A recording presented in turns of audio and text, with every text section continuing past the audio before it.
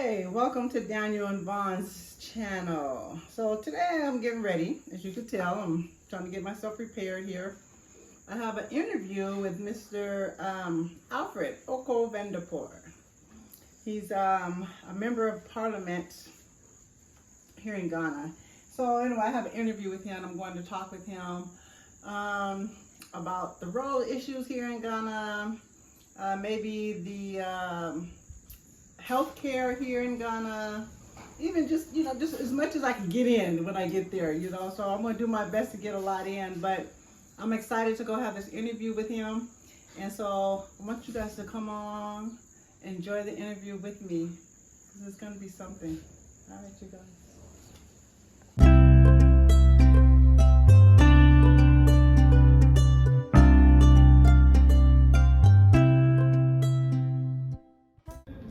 All right, you guys, hello, welcome back to Daniel and Vaughn's channel. Today, I'm doing something a little different here today. So you guys don't know that I don't do politics, but today I decided to come and hang out with a friend of mine. He's kind of like family because that's how we met, through my family. And I will let him introduce himself. So if you can briefly introduce yourself and your political background. Okay. Good morning, and I'm happy to be with you today. Thank you. My name is Honorable Alfred Oko Vanderpuije, and former mayor of Accra, and currently the MP or member of parliament for the Abegma South constituency in the Greater Accra region of Ghana. Okay, great. And so we're going to get right into some of the questions. The first one would be, what inspired you to enter politics, and what issue are most important to you? Well, I've always loved to be of service to humanity, Right. To mankind, and to serve my people. Right. So I chose education career, Okay. and have worked as a teacher, school principal, Nice. and my friend was coming to Ghana, the former president, late Professor Atta Mills. Oh, yes. So he invited me to come to Ghana and to help in his campaign. And when he got elected, he appointed me to serve as mayor of Accra. Oh, wow. See? So I served as two-term mayor of Accra. Nice. And after that, my cousin, the former MP for Abegma South, Honorable Fritz Bafo, who was then leaving office, encouraged me to come and run. And I came and ran as MP for Abegma South.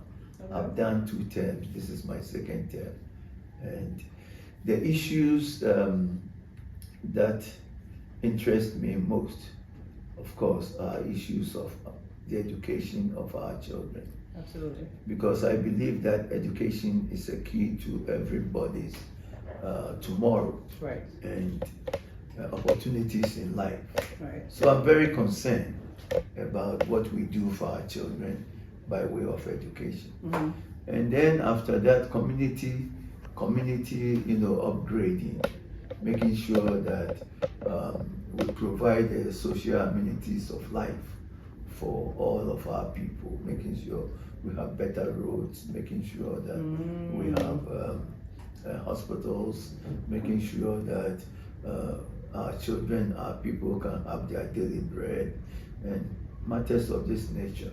So as a parliamentarian, I open my eyes to all these things to make sure that I can collaborate with the chief executives and to collaborate with the various agencies to make sure that we will do things apart from serving in parliament, Right. making sure that we are making the necessary laws that will benefit and improve the lives of our people, but to make sure that we work with the various entities to ensure that we'll have better foundations of livelihood for our people. Right, so you mentioned the roads and hospitals. So those are like 2 things that comes to my mind when I'm thinking about things here in Ghana.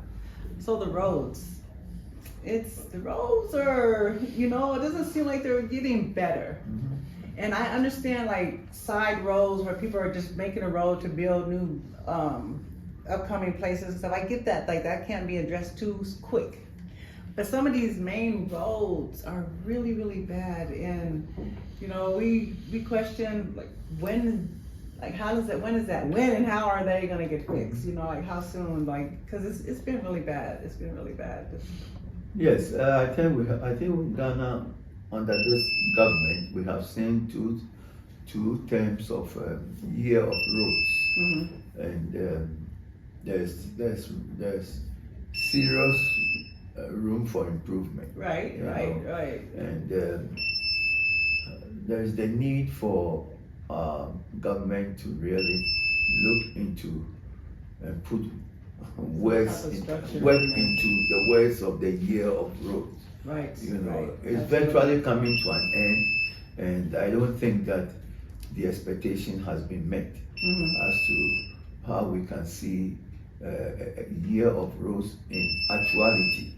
That the community roads, the high roads, and you know, get the necessary improvement. Right. And then with the serious rains that we are getting, it affects the roads if it's not well maintained.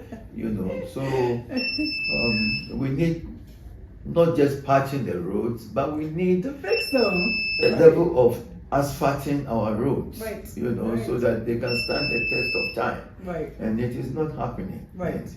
And, let alone constructing new ones. You know, there are challenges, and given our economy, you know, the waste in our economy and all that, it goes to affect the development that should come to the doorsteps of the people. Right. And so we're just one more quick question about the hospitals. So my concern is, a couple weeks ago, one of my neighbors was really sick, like at 4 o'clock in the morning, and I give them right to the emergency hospital, one of the clinics, and he would have died if he hadn't got there, they told him. So, but he had this infection and he needed some medicine, and if he didn't take the medicine, you know, like the infection would come back, but he didn't have money. So I know that we can't help everybody, you know, but the hospitals, what is the plan for them to be a little bit more helpful with people who don't have insurance, have money? I know you got the NHIS, but that only does so much. Yes, I think as a country, we have a lot that needs to be accomplished to bring healthcare to the doorsteps of the people. That is very, very necessary, because we only have one life to live. And when that life is gone, it is gone. Everybody deserves to have quality healthcare. Right. And we haven't gotten there yet as a country. You know, currently our government talks about building Agenda 111 with the hospitals. It's a struggle, you know.